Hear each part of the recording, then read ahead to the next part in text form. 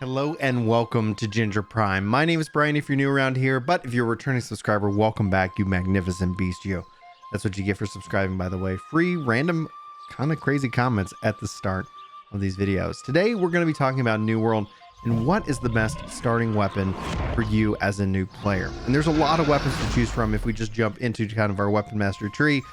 On the one-handed weapons, you got sword and shield, you got the rapier, you got the hatchet. If you want to go two-handed weapons, you got your spear, your great axe, and your war hammer. If you want to stick with the ranged, you've got your bow and your musket. Now, just keep in mind, in New World, these weapons are going to use ammunition, arrows, and bullets accordingly. And new weapons, especially like, the blunderbuss, will be coming down the line that will also be using ammunition.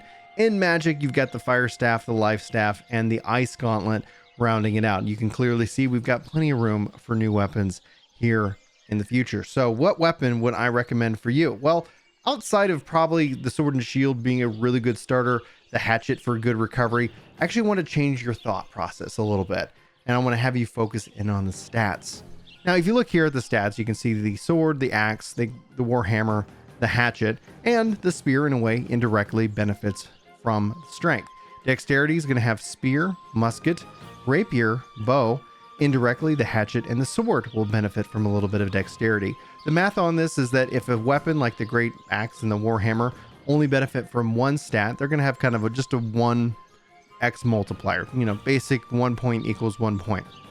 However, if a weapon benefits from two stats, 1 point is going to be like 0.9 value and then 0.65 in the secondary value. So that's how that's going to shake out. In the intelligence, you got fire staff and ice staff with a little bit of rapier and a little bit of musket benefiting. Focus is going to only currently benefit the life staff at launch, and constitution is going to benefit your life. If I just kind of start filling up constitution, you can see my life here raising on the side. Now, obviously, I can only get 190 points available, and I don't want to commit all those just here in this video alone. So let me just go ahead and lower that down for an example.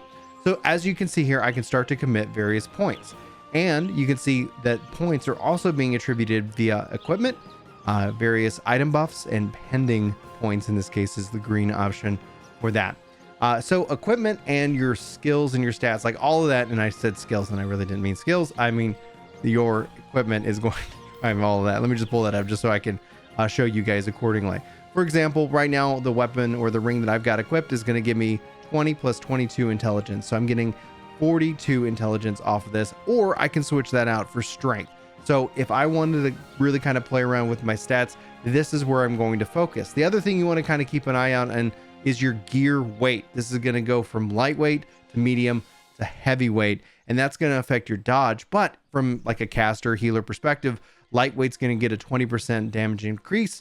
The minimum weight is going to get a 10%, and then heavy is going to literally get the defense that it needs, but because it gets that survivability, it's not going to get any damage bonus. They do the same thing for healing as well. So note that you want to kind of pay attention to your weight class, and unequipping or equipping your shield does impact your weight class in this category. So the other thing before we start talking about skills and more, I want to kind of show you a couple of things. Here you can see the ice gauntlet and the fire staff, but let's say I wanted to go ahead and rock a axe and a ice gauntlet. Let me go ahead and say yes. And now I've got my powerful axe. One of the things that's important that you see on this is that I don't actually have a gem slot on that axe. So that isn't going to work out for me in the long run. You might want to take a look at any kind of weapon that does have a gem slot that you can socket. Obviously this one does, the ice gauntlet does. And my gem socket here is currently being slotted by Cruel 4 in this case, 12% damage against targets with an active crowd control on them, and keenly empowered. So you want to be keeping a keen eye out on these status effects. But let's say I want to rock a axe and a gauntlet. I want to look for something that's going to convert my strength and use it as int in this case. So I want to take my highest level int. So something like the amethyst here, something where if I look for like a jasper or ruby, this also all does that. Plus it does different kinds of style of damage. You can see here, ruby's going to convert into 50% fire damage.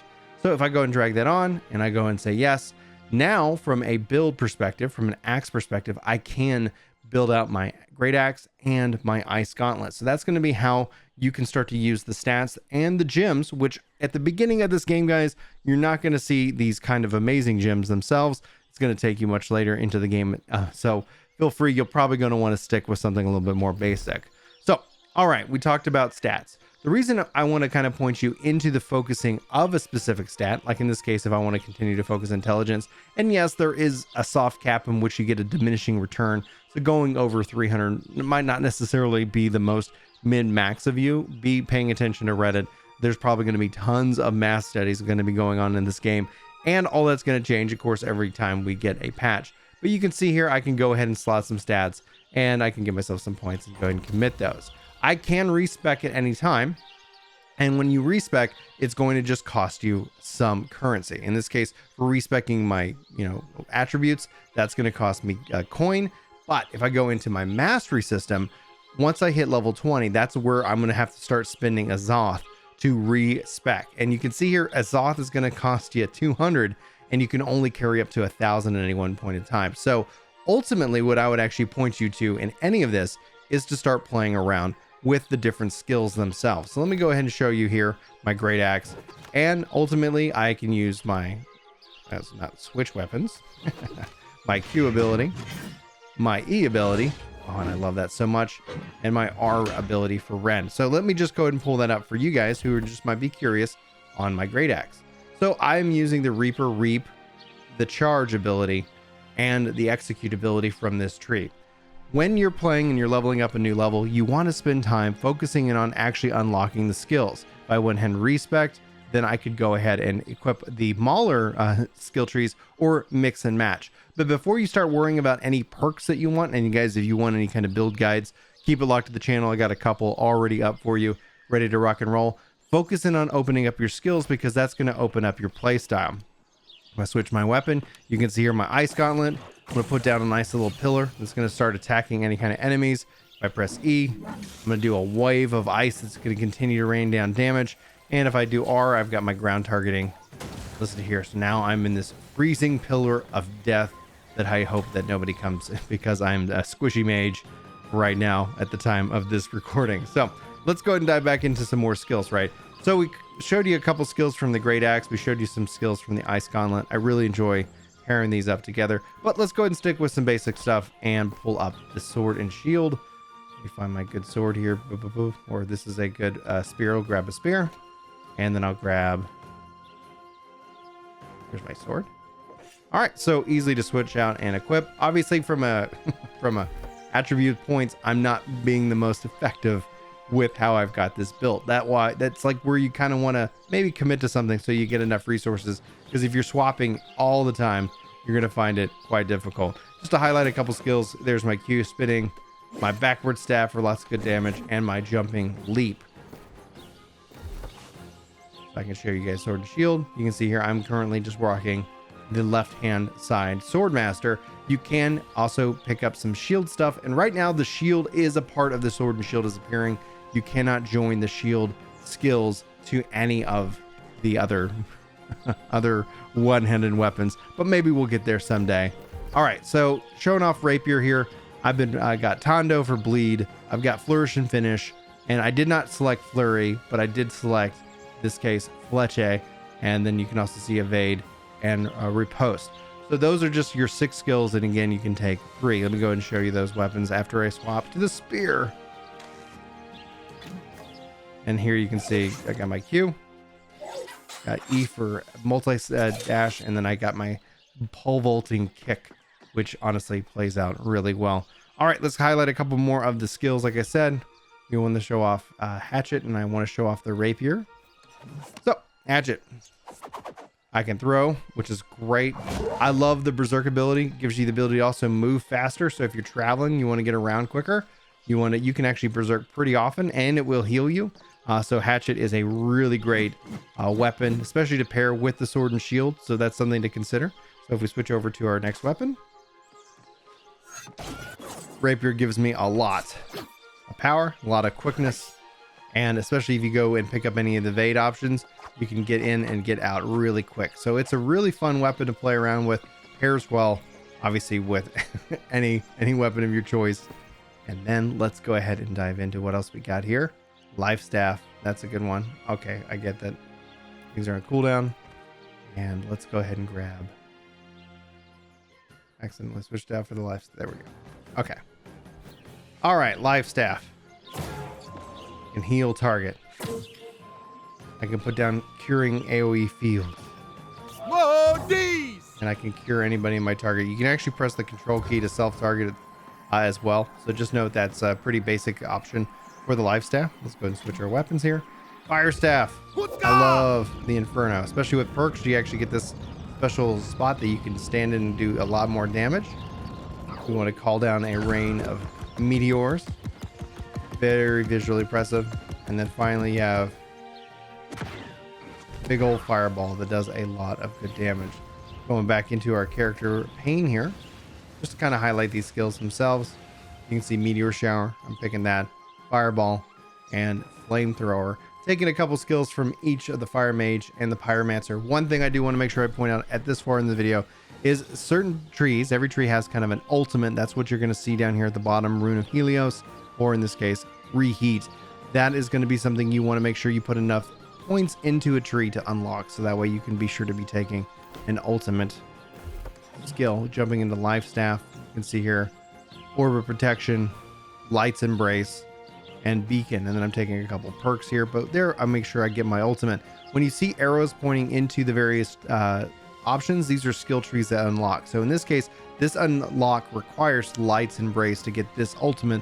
Otherwise you want to focus more on the healing skill tree as well. Keep pressing tab because I'm just kind of in the habit of that.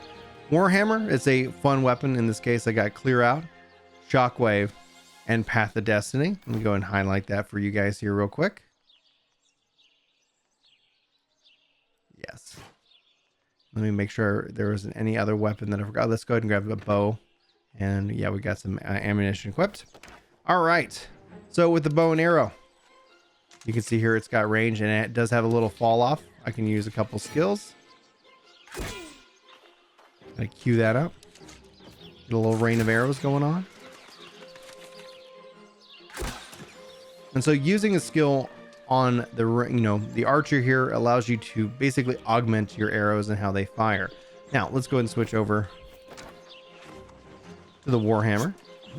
Very big, heavy, lots of power, lots of knockback. So if you want to like be able to hit Q in this case to be able to push enemies back off of you, E for when you're surrounded, and R for doing massive damage in a rolling line. You can hear that thunder echoing. And let's go ahead and show you guys the musket as well. So the musket's a little bit different. As you saw with the arrows, the muskets actually work off a hit scan. So press and fire, and you can see your ammo depleting as you use that. You can press Q, put down a nice little bomb. I can overload and overheat my charge shot.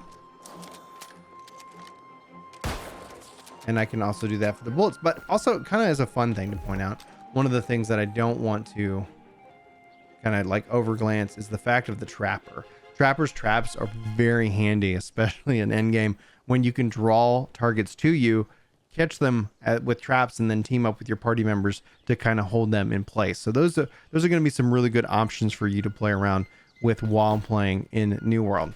We covered the gems, but mostly this was kind of a video to help you kind of focus back in on the stats themselves rather than a specific weapon, because focusing in on strength gives you 4 different weapons to choose from. You can always level up your weapons even later. In fact, maybe getting your weapon level to level 15 is going to be a really good strength for you. But beyond that, when you're going and you're fighting high level enemies, you're going to level up other weapons much faster. So going and focusing on a stat, getting further in the game, and then deciding to switch it over, it's going to just save you lots of time. It's going to save you currency, and especially it's going to save you Azoth as you kind of experiment. And note that obviously as the game rolls out patches and updates, we'll be sure to cover them here for you. That way you can hopefully get the latest and greatest information found on New World. Guys, that's going to wrap it up for this video. If you enjoyed it, hopefully you did, be sure to hit that like button, subscribe to the channel if you're new here, and if you do, let me know so I can officially welcome you to the channel. But if you made it all the way to the end of this video, be sure to come check out the links in the Discord if you want to join up. I don't know what that word means. Join up with us on Eden. Otherwise, I wish you guys luck. Hopefully you enjoy your time in the game, and I hope to see you in my next video. But until then, take care. A little off topic, but I just want to say thank you for providing me a friendly, fun, and optimistic community. Baby. Coming from an MMO community filled with toxicity, this is an amazing breath of fresh air. Haha, keep it up, baby. Oh, yeah.